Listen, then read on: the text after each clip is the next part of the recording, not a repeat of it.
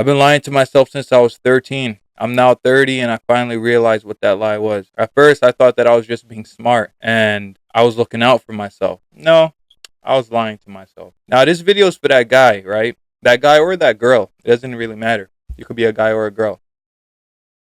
You're scrolling on Instagram, you're scrolling on Facebook, you're driving to work, you're on your way back from school, and you're seeing other people live the life that they want to live, following their dreams, taking risks, getting made fun of, people talking about them and everything, but at least they're doing them. And you think to yourself, man, I wish I had the time to do me. I wish I had the finances and support to do me. I wish that I at least supported myself in doing the things that I want to do. I'm going to tell you guys a story, right? I'm going to tell you guys about 2 or 3 stories, maybe even 4. Different points in my life that I really lied to myself and I really did myself wrong. And I came to the point and I had a breakthrough and I realized that I was the only one holding myself back.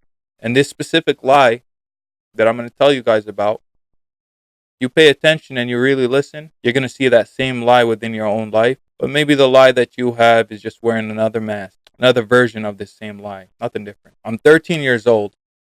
I'm playing soccer, crossing everybody up, doing the spin move, scoring goals left and right. Little League, 13.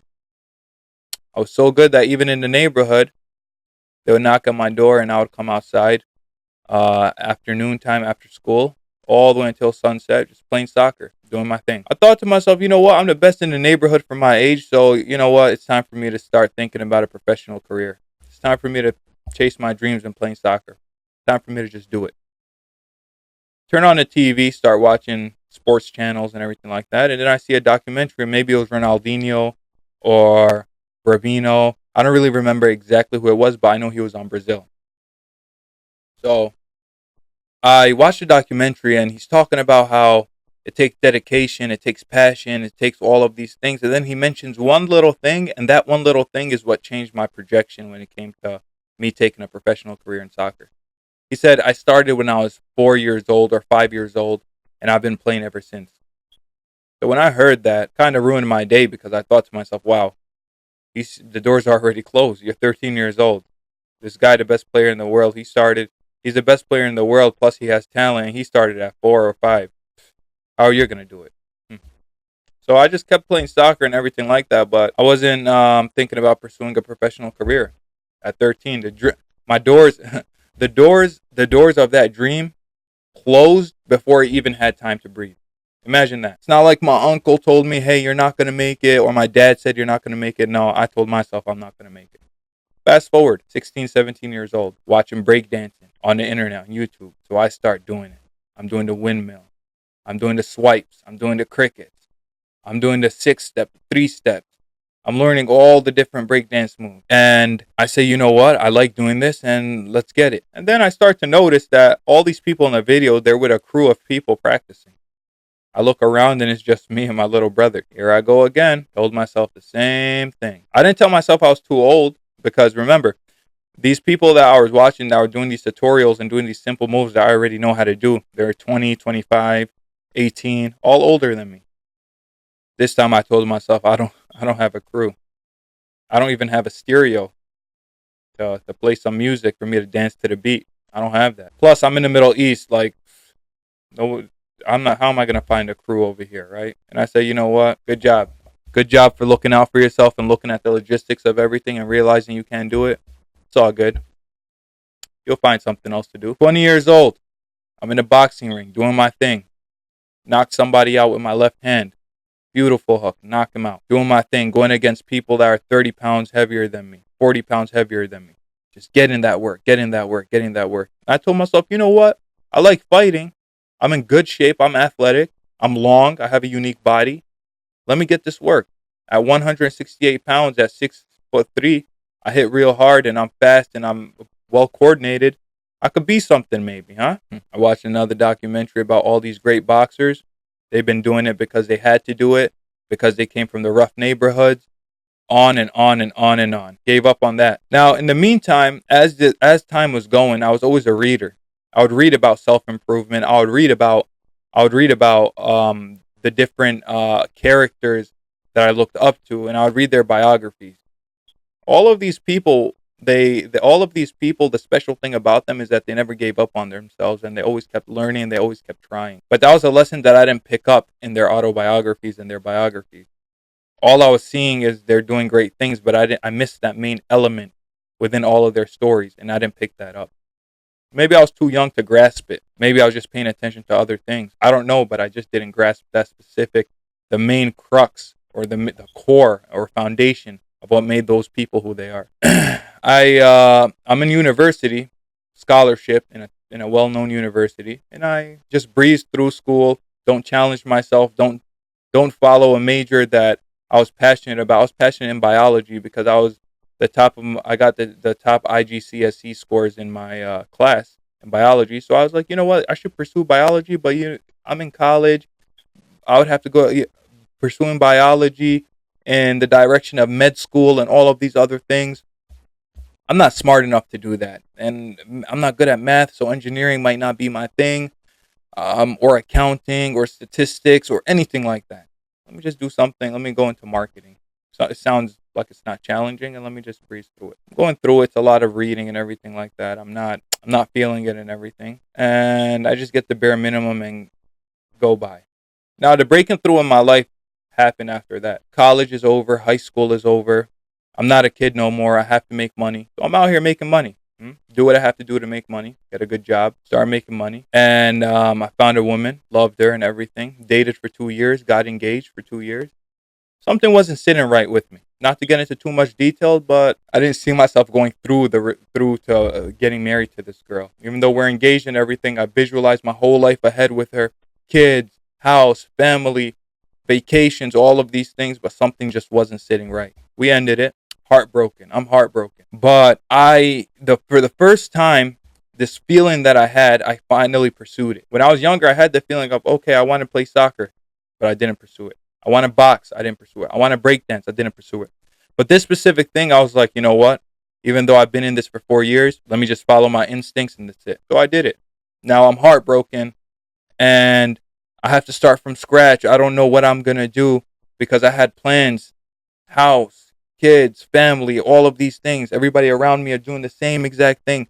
Those were my plans. I didn't know what to do, where to go. Prior to that, I partnered up with somebody. I was a silent partner in a business, and I put my money in that business, and I was hands off because I don't know anything about business. So I said, why would I be hands on and probably mess certain things up? So let me just be a silent partner and stay away from it and just collect my residual income from that. But since I'm heartbroken and I want to keep my mind off of things and I want to stay distracted, I said, you know what? Let me get hands on. Let me distract. I direct all my energy in that direction. Out of nowhere, 2 months in, my income doubled. My confidence went through the roof. My self-perception was on a whole nother level. My happiness was on a whole nother level. My ambition was on a whole nother level. And most of all, my confidence in myself and listening to that inner voice in me was something that I never put aside after that. Now, I'm not telling you right now that everything is perfect in my life. That's not what I'm saying. The lesson that I got from this and the lesson that I want to relay on to everybody is the first time that I actually listened to myself and the first time I actually pursued something without second guessing it, which is telling myself, you know what, I'm not going to go through with this. I'm going to direct my energy in this other direction. Success came from it. Now, how big and how small the success is, it differs from person to person. To me, that was a big success. And it was my first attempt into something that I said, you know what, I'm going all in on this. I don't know much about business. I don't know what I'm going to do after this relationship. I don't know a lot of things. I'm going to do it while I'm unsure. I'm going to do it while I'm scared. I'm going to do it while I'm heartbroken. And I'm going to do it while I'm still figuring things out. And I'm glad I took that step. And that one step actually ripples and it actually leads to the next steps. Because next time you have an idea or you want to go in a certain direction and you've seen the success from a previous endeavor you went on, say, you know what? Why not? Let me do it. So one thing, but I am going to mention a story, or I am going to mention something that actually solidified this idea to me, is when I was watching Deontay Wilder talk about how he started boxing at the age of 27, and he's currently, at the time where I saw the documentary, he was world champion. well known all around the world. He was about 30 years old. 3 years or 2 years, and he became world champion. From not boxing at all to world champion in 3 years. That kind of solidified everything to me. And I had to relay this message to you guys. I really had to, because I have conversations with people on the regular, people my age, older than me, younger than me. And in so many words, they're saying the same thing. They're talking about their glory days being behind them. They're talking about wishing that they did this and that. I wish I did this in high school. I wish I did this in college. And this is another topic for another time, about the glory days being behind you. That's a different topic. But this topic is about it not being too late, and stop giving yourself those excuses and lying to yourself, because what? At the end of the day, it's all the same lie, which is you're scared. You're scared. That's really what it is. You could say that you're too old. You could say that you're not young enough, that you're not strong enough, that you're not. I could come up with thousands and thousands of excuses, but it's all the same thing. You're scared. Different masks, same exact idea. You're scared. Now, this isn't the best video. I don't have like the mic, even even the mic. Look at this mic. I don't have the best mic. The audio is probably not going to be 100%. The lighting isn't that good. I didn't even really prepare too much, bullet points and all of these different things. But guess what? This video is real. It's real, because a lot of people are going to relate to this, because they go through this. The problem that I'm talking about and this idea that I'm relaying to you guys isn't something that the average man doesn't go through. If anything, every person goes through this in different stages of their life, whether they're 13, 30, 45, 50. It doesn't matter. I was actually having a talk about this specific topic with my mom. She was talking about the good old days and all of these things, and I told her, stop it. Just stop it. You're your biggest cheerleader. Just stop thinking about it like that, and start looking at it in this different way. These masks and these things that conquer your brain and that conquer your ambitions need to be thrown out the window. It really does. So I'm gonna keep it short, and I'm gonna just say it like this. You know that there's certain things that you want to do. You know that there's things that you missed, and you know that there's things that you're still able to do, and you still have the time to do it, but you're just giving yourself excuses. Okay? You know that. So I'm gonna keep it simple and leave you with this one quote. I don't really know where I read it at, but I could swear it was on some sort of motivational page on Instagram or something. But it said the magic that you're looking for is in the work that you're avoiding. Now I'm gonna say it one more time for those people that are driving the car, or they're on their way to work and didn't hear me, or they're distracted and they didn't listen to the whole thing I was talking about. But just listen to this last part. The magic that you're looking for is in the work that you're avoiding. If you want that magic, do that work. I'll talk to you guys soon.